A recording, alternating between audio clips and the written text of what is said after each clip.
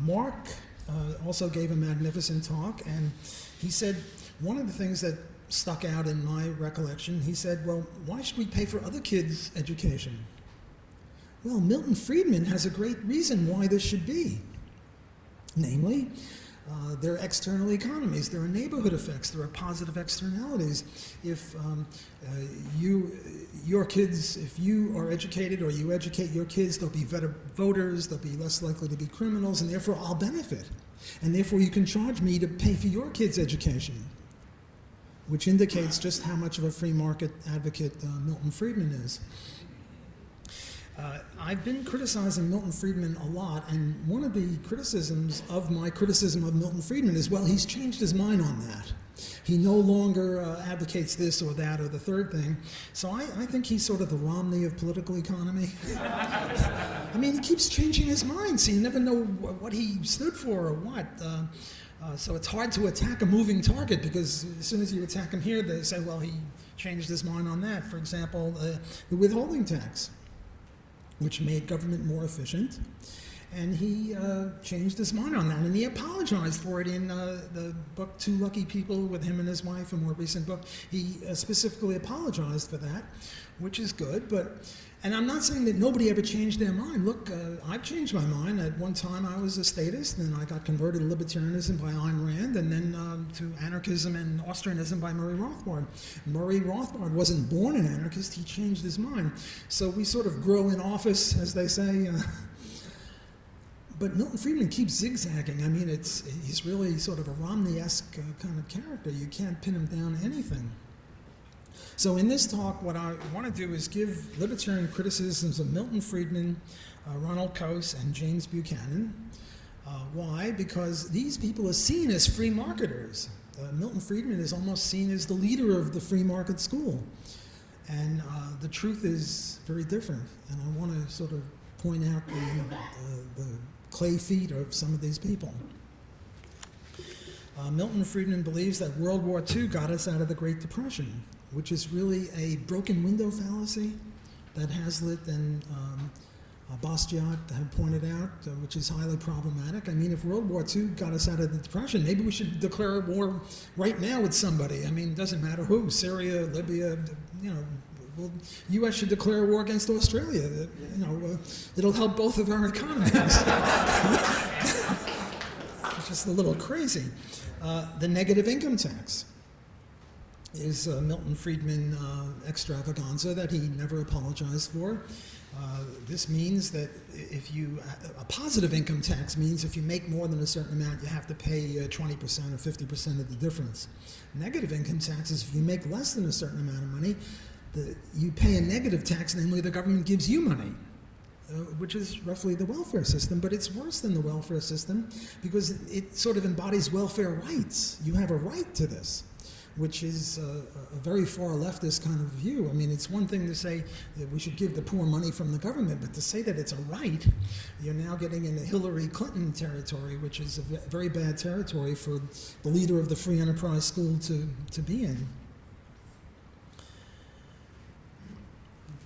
He favors tradable emissions rights, which means when a company pollutes, they can buy the right to pollute, which is roughly like rape rights. You buy and sell rape rights, the right to rape people or the right to invade them. This is not libertarianism. This is, I'm not sure what it is, but it's pretty grim. Road socialism, he was a road socialist. I talked about privatizing roads. I was once at a Liberty Fund conference with him, and I called him a road socialist. And he didn't much like that. I'm not sure why, but it was true. I mean, if it quacks like a dog, or, no, that's not right. Quacks like a duck, walks like a duck, maybe it is a duck. Well, maybe he is a socialist if he keeps espousing socialist activities. The Fed, he's a big fan of the Fed. Okay, he changed his mind on that too. He wanted a 3% rule, namely he wanted an emasculated Fed, and then later he said, well, it was unreasonable. If you're going to have a Fed, they're going to be doing something, not just increasing money supply by 3% without thinking or without any freedom. But this is just another example of where he deviated from the straight and narrow of free enterprise, let alone libertarianism, just free enterprise.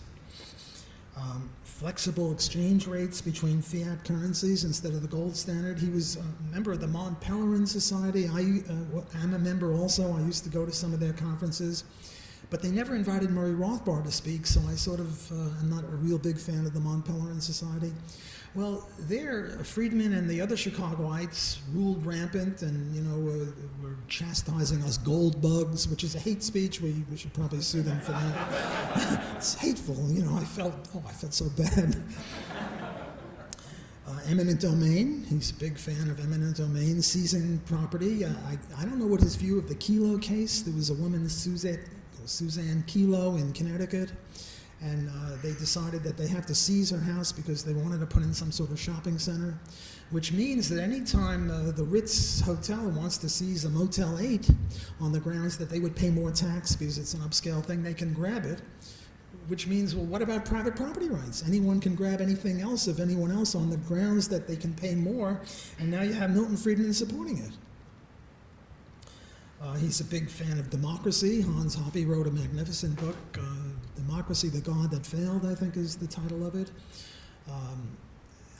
What about tyranny of the majority? What about the fact that Hitler came to power through a democratic process? Hitler did not engage in a coup d'etat. Hitler came to power through a democratic process. So we have to hold back our enthusiasm for democracy if it can bring Hitler. Antitrust. Friedman I think he favored it, I'm not sure. I know he favored it in some writings. He might have changed his mind on that as well. But he favors antitrust on the grounds that there's certain inefficiencies. But he was a moderate on this. He was better than the left-wing economists.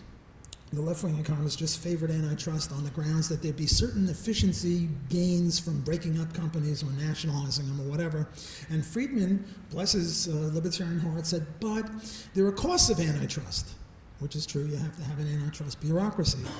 And then what he said is that sometimes the costs of antitrust might be bigger than the gains. And then you shouldn't implement antitrust. But in other cases, you should. So more jobs for economists to figure out when the costs were greater than that, and since these costs are incommensurable and you can't have interpersonal comparisons, a lot of jobs for economists. He favored the elimination of the draft. Now you might think, well, okay, finally, a good thing, because I'm not in favor of the military draft either during the Vietnam War, but he favored the military draft on the grounds, among other things, he favored it on the grounds of freedom, which was good, but he also favored the draft on the grounds that it would allow the U.S. to pursue its imperialist warmongering in Vietnam more efficiently. When you draft people who go to City College, but you start drafting people who go to Harvard and Yale, and then you're in trouble. And they were having a lot of picketing and stopping the war effort and asking President Johnson, how many babies have you killed today? And here Milton Friedman is saying we should get rid of the draft, among other things, to pursue the war better. I would say get rid of the draft in spite of that. It's sort of like legalizing drugs. If they legalize drugs, they will tax drugs, and then the government will have more money. Now, some people think that that's a reason in favor of legalizing drugs. I say I favor legalizing drugs in spite of the fact that the government will have more money because they tax it, whereas Milton Friedman, I don't know his view on that, but the point is that with regard to the draft, that's the exact position he was taking. Namely, it would enable the U.S. government to more efficiently run its military machine. We should oppose legalizing the draft or getting rid of the draft for that reason, or we should favor getting rid of the draft despite that, not because of that. So here again, even though you'd think he's taking a reasonable position, a free market position, he's not really.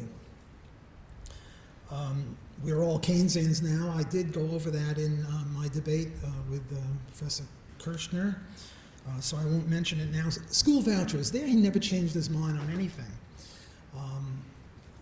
Indeed, he left most of his personal fortune to I forget what his group was called, the group to promote school vouchers or something like that. What's wrong with school vouchers? School vouchers leaves the government in charge of all the public schools, and it worsens the private schools. In the U.S., at least, I don't know about here, but there are some independent private schools. But if you have school vouchers, then anyone can go to any of these schools, and you ruin the private schools. And this is what Milton Friedman was favoring, and he was doing it on the grounds of competition. Well, we don't want more competition between public schools to make public schools more efficient. If a thing is an evil abomination, we want it to be less efficient, right? I mean, yes, competition will make a better product, but we don't want public schools to be better. We want them eliminated, or at least free enterprises want that, and Friedman doesn't want that by implication. So again, we have another case where he is not really on the side of the angels. So here I've listed maybe a dozen or a dozen and a half instances where Milton Friedman is not the free enterpriser he is thought to be, and yet in the New York Times or the Wall Street Journal or any of these places, if you ask them who was the most free market economist ever, or in the 20th century, they'll say Milton Friedman. They won't say Rothbard, they won't say Mises. There was an interesting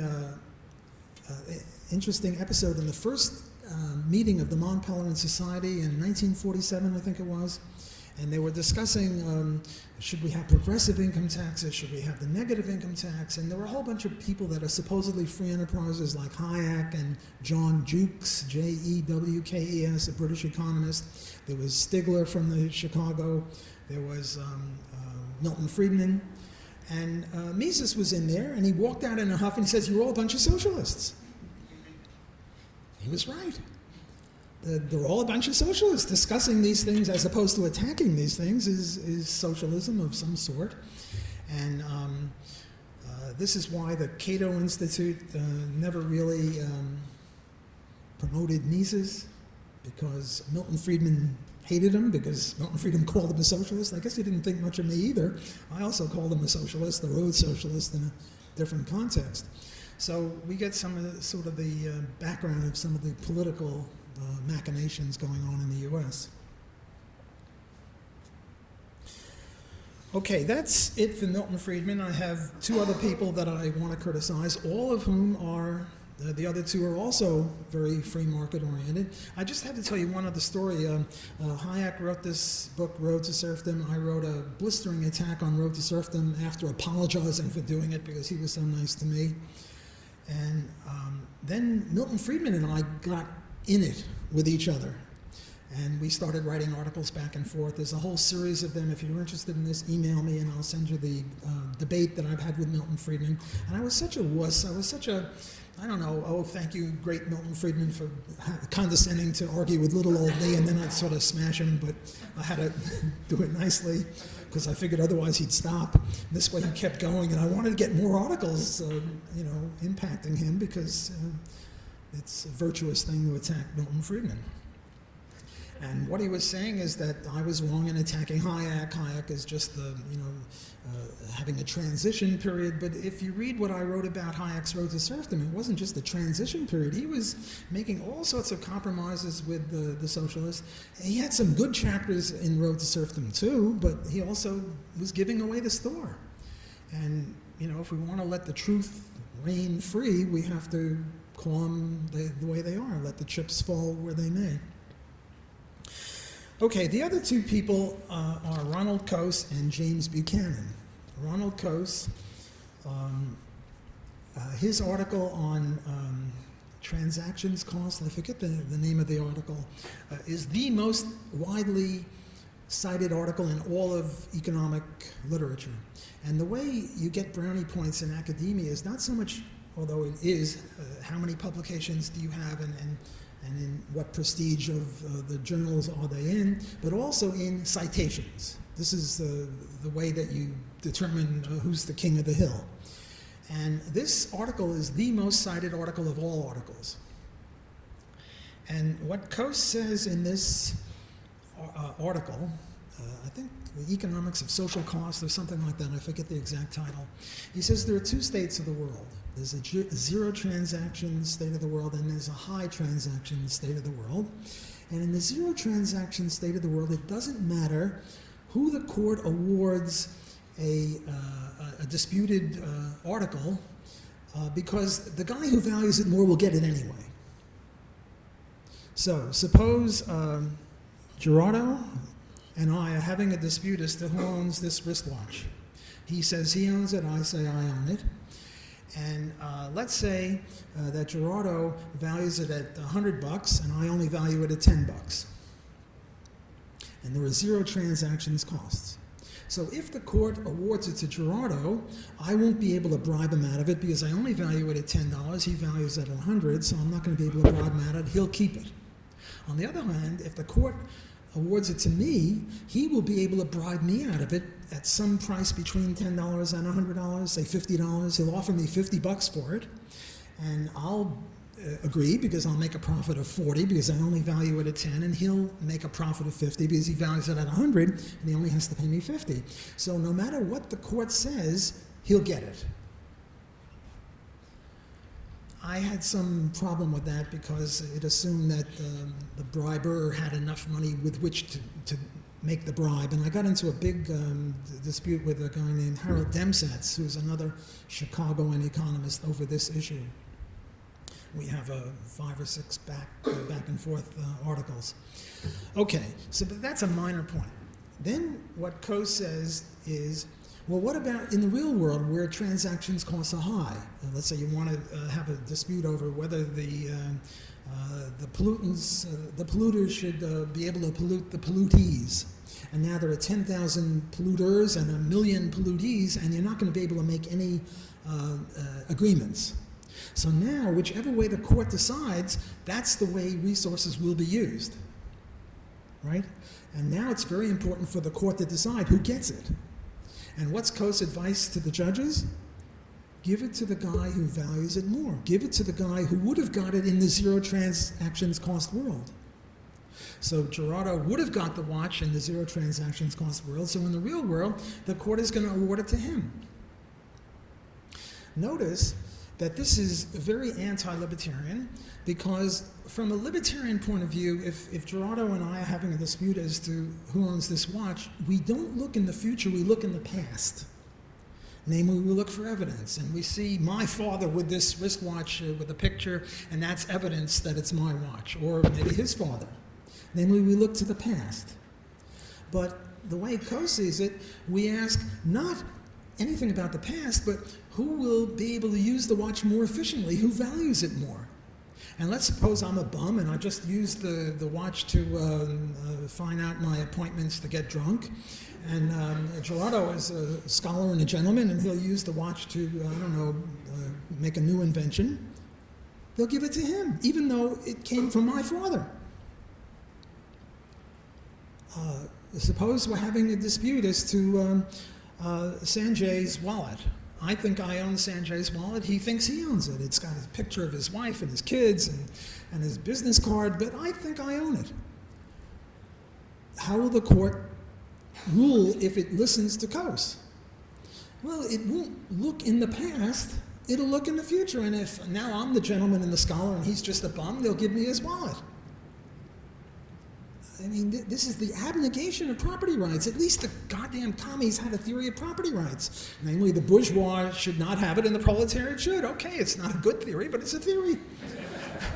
But this way, there's no theory. It depends upon relative prices. See, Coase is giving cases like, suppose the cows trespass onto the cornfield and start eating the corn. Should the corn guy be able to sue the cow guy, or should the cow guy run free with his cows? And for Coase, it depends upon whether meat or corn is more valuable. But the meat corn prices keep fluctuating. So one week they'll give it to the cow's owner, and the next week they'll give it to the corn owner. That's no property rights theory. That's a violation. It's an abnegation of property rights. And if you believe that property rights are the core element, or one of the core elements of a free society, Coase is anti-property rights. It's just a horrendous thing. And yet Coase is beloved almost as much as Milton Friedman, maybe more than Milton Friedman. It's amazing the reverence that both of them won Nobel Prizes in economics. I mean, that's just by the way. All three of these guys won Nobel Prize in economics, but that's a mere nothing. These guys, of all the Nobel Prize winners, are revered above all the others. And here's Friedman deviating from free markets in a dozen ways, and here's Coase deviating in a very, very fundamental way. So I have a whole bunch of reductios ad absurdum of this. There was this OJ Simpson case. OJ Simpson was a football player, and there was a big dispute. Did he kill his wife or not? And people divided into two groups. One said, well, he killed her and he should go to jail, and the other said he didn't kill her and he should go free. Thank goodness to Coase, we now have a third option. He did kill her and he still should go free.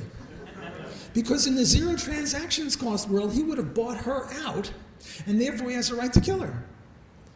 It's a little strange, but that's the logical implication of the Coasean analysis, and then people saying, well, Coase never said that. But that's the point of a reductio ad absurdum. I mean, what a reductio ad absurdum is, you take a very different example, the wallet or the wristwatch. Coase never mentioned that either. Reductio ad absurdum is you take the logic of what it is and you apply it to a place where it would be embarrassing for the proponent of the thing, and then you say, therefore, there's something wrong with that. But people were saying, well, a lot of editors who in rejecting my articles were saying, well, Coase never mentioned that. Well, of course not, dummy. The other thing is the Lighthouse. Coase is also famous for the Lighthouse. And I wrote about the Lighthouse, and I didn't really read the whole thing. I just read 3/4 of it, and I've been viciously attacking Coase all my life. So I finally figured, here he did something nice. I'll show Walter Moderate Block, in my true colors, and I'll say he did a good job there. My colleague, Bill Barnett at Loyola University, said, Walter, you didn't read the whole thing. He's wrong on this too. What happened, the Lighthouse is an example of public goods where you have excludability and rivalrousness, and if you don't have excludability, you can't exclude non-payers, and it's not a rivalrous good, then it's somehow a public good. And the Lighthouse was Exhibit A in the market failure of public goods. The idea here is you couldn't exclude non-payers, and it wasn't rivalrous in the sense that you add one more boat and it doesn't cost any more to look at the lighthouse to avoid the rocks on which the lighthouse is built. Coase doesn't understand the difference between a payment and a tax. You know that joke, do you know the difference between a bathroom and a living room? And if you say no, I say, don't come to my house. Well, if you don't know the difference between a tax and a voluntary payment, then don't get into political economy, because that is the most important distinction in all of political economy, and Coase doesn't know the difference. See, Coase was ostensibly attacking the public goods argument for lighthouses. Namely, he was defending the market, ostensibly, saying that the lighthouse not only could be provided, but was provided in history. So he goes back in history and he says, see, the lighthouse was provided privately, and all of us free market people, dummies like me who didn't read the whole thing, said, yay, Coase, he really, okay, he's a little weak on this, a little weak on that, but at least on the lighthouse he's good. Bill Barnett said, read the last quarter of the article. And in the last quarter of the article, what it said was that the way the voluntary payments were made was through the government. The government compelled all the ships to pay the lighthouse owners. Now, what kind of a market system is that? It's not a market system at all. So in this article that Bill and I co-authored, we listed all the people that made errors in supporting Coase on the lighthouse, among which was me. We cited my article as mistaken, which just indicates that this is why they put erasers on the back of pencils. We're all human. We all make errors. You don't, in one of those, what do you call it, movies, Dr. No and 007 movies, James Bond movies, there was a big table, and the number one guy, when number 4 made a mistake, he hit a button and the floor opened up and he went down into the crocodiles or something. That's not the way it works. If you make a mistake, you just say, I made a mistake, and you go on. We all make mistakes, and this was a mistake of mine, attributing too much free enterprise to Coase. But Coase was right that the Lighthouse is not an example of a market failure because it could have been. I don't have any historical knowledge. Someone during the break said, well, it would be helpful if you had examples. There was one example on the private roads. The early private roads, they charged more for a horse and a wagon than a horse, more for 2 axles than 1 axle, and they even charged based on the width of the wheel. Like if the wheel was wide in the wagon, and this is in 1790, they would charge less because you sort of flatten out the dirt road, whereas the wheel was very narrow. Think ice skates, you put ruts in the road, and they would charge more for that. Namely, it was sort of irrational private roads. It's in my book on private roads, so that's one example. The example with the lighthouses is the following. The lighthouse owner has a credible threat to make against all the sailboats. In those days it was sailboats. He can say, look, most days it's dark, I'm not going to be able to tell if my clients are out there or non-payers are out there, and I'm going to have to keep the lighthouse on, and there'll be free riders, namely people who benefited from it but didn't pay. And the point is that if there are too many free riders, you can't undergo the cost of putting the lighthouse and manning it. But one of these days, the clouds are going to be such, the moon will be such, and there'll only be non-payers out there, and I'm going to shut off the lighthouse. And then all of your ships are going to be in danger. And I'm going to publicize this threat, and all the non-payers are going to have to pay more for their sailors, because now the sailors, if you hook up with a non-payer, are going to have to, your job is much more dangerous than if you work for a boat that is a payer. So there is a threat, there is a way to exclude non-payers. It's not perfect, but you can have it private. But the point against Coase is that he mistook a voluntary payment for a payment compelled by government, which is a tax. And this is the most heinous fallacy for a political economist to commit, and he committed it. Okay, the next guy is Buchanan. Now, Buchanan is, along with Tulloch, known for public choice. There's sort of a little story about Buchanan that sort of upsets me about him. A lot of the articles that he wrote to get the Nobel Prize were co-authored by a guy named Gordon Tulloch. And when I thought that if either of them were offered the Nobel Prize, they would offer it as a pair because they did so much work together. But they only offered it to Buchanan. And Buchanan, instead of saying, look, I'm going to give half of my money, the Nobel Prize money, to Gordon Tulloch, and the Nobel Prize committee is crazy for giving it to me and not the both of us, he sort of ignored Gordon Tulloch, which I thought was not really cricket, yeah, that's the word, sort of not good. So I have a sort of bad taste in my mouth about Buchanan.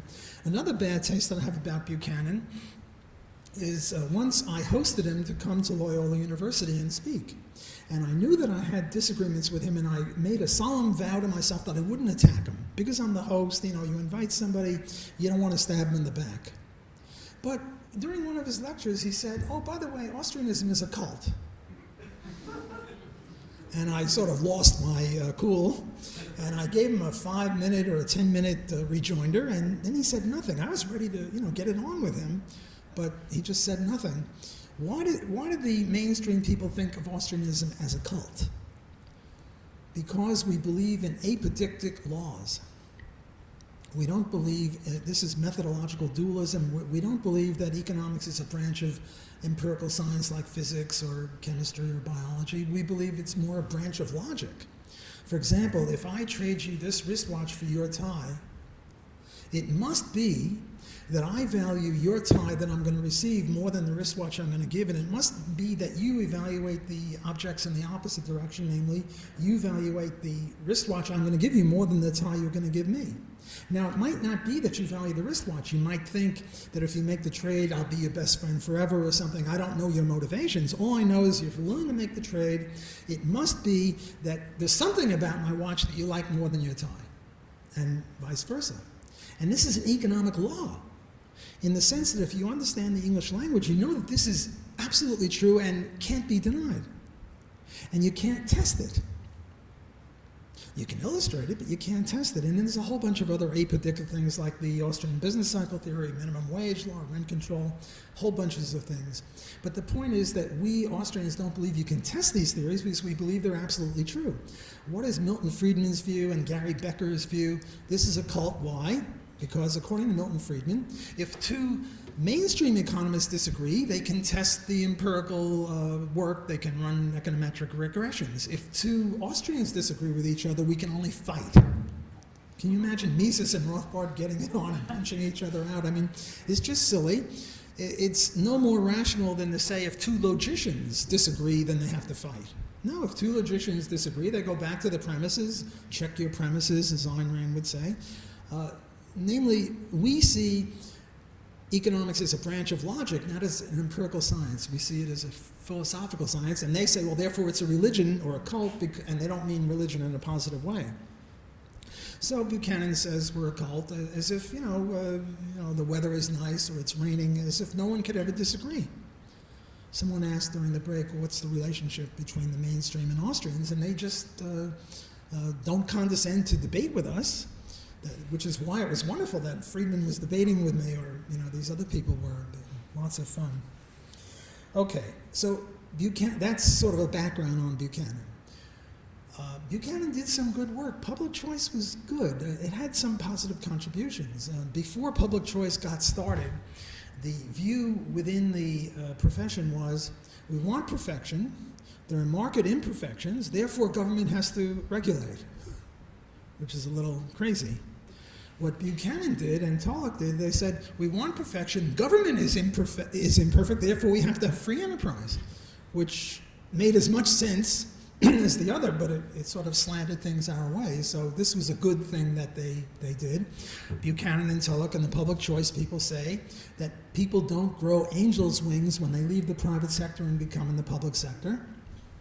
It's no accident that 9 out of 10 of the richest counties in the U.S., where do you think they're all around? Washington, D.C. Why? Because public choice reasons. As Sucre was saying, the federal government takes and gives back less and keeps a bit. That's why they're so rich. So they do have some good things. See, Walter Moderate Block, I'm complimenting him. Now let's talk about some of the bad things. First of all, this phrase called rent-seeking, what they mean by rent-seeking is theft, booty-seeking, pirate-seeking, whatever you want to call it. Why pick on rent? There's nothing wrong with rent. I mean, I've come for the rent. The bad guy says to the good guy in the cartoons and all. I mean, this just sort of shows that they don't make the distinction between coercion and voluntary trade. They pick the word rent. Now, there is another sense in the word rent beside renting a house or renting a car, and that's there is a concept called economic rent. For example, LeBron James is the best basketball player in the U.S., and he makes, $30 million, and his next best job might be making $100,000 as a truck driver, if he couldn't play basketball. So the difference between those two sums is economic rent, but that's also unobjectionable. So they pick rent-seeking as the most heinous thing they can think of, and this just shows, you see, it's not just a verbal dispute, although it is. I don't like to call it rent-seeking. Call it booty-seeking or theft-seeking or something like that, or some other bad word, but it indicates that they don't understand political economy. Just like Coase, they don't make a distinction between voluntary payments and coercion, which is, as I say again, the most basic distinction in all of political economy. Another problem with Buchanan is he has this thing, 100% inheritance tax. 100% inheritance tax? This is free market? This means you work all your life, you save money to give to your kids, and then the government takes it all. I mean, you pay taxes on all of it, and now they take whatever's left. And that's not free enterprise, and Buchanan is noted for that. Look, parents give children a lot more than money. They give them love and reading, as Mark was talking about before. And you could see Mark would be an example of that. You know that he gives his kids love, and the amount of money he gives his kids might not be the most important thing that he gives his kids. It might be the education, the experiences. Well, if you're going to have 100% inheritance tax, he can't be allowed to do that because some other parent might not be as nice to his kid, and is that fair? No. So the implication of this Buchanan thing is socialized childbearing. Because it's unfair to give some kids to a person like Mark, and other people get worse parents. That's unfair, so the state should educate all children, which would be the logical implication of the 100% inheritance tax. And also gifts. No more Christmas gifts, no more birthday gifts, because the government's got to tax 100% of all that stuff. Because if you know that they're going to get 100% inheritance tax, you're going to give your kids money long before you die, not just in part of their inheritance. Perhaps the worst thing of Buchanan is this, he's an anarchist, namely he attacks anarchism, and he has this thing of constitutionalism. He loves the Constitution, and he says, and he realizes the libertarian criticism of constitutionalism and democracy, namely that there's not unanimous agreement. And if there's not unanimous agreement, the minority is being coerced into something.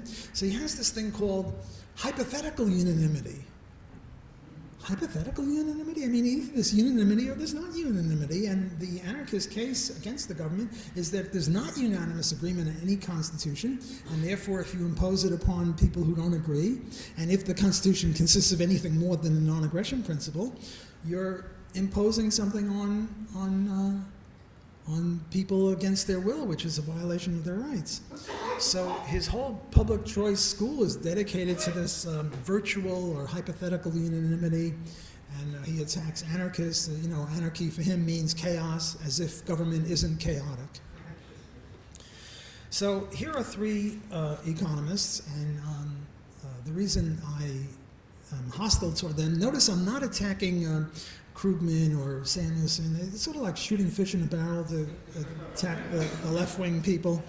But they don't claim, and nobody claims that they're free enterprises. So, give them a ride. What the heck? They're socialists. They can't help it.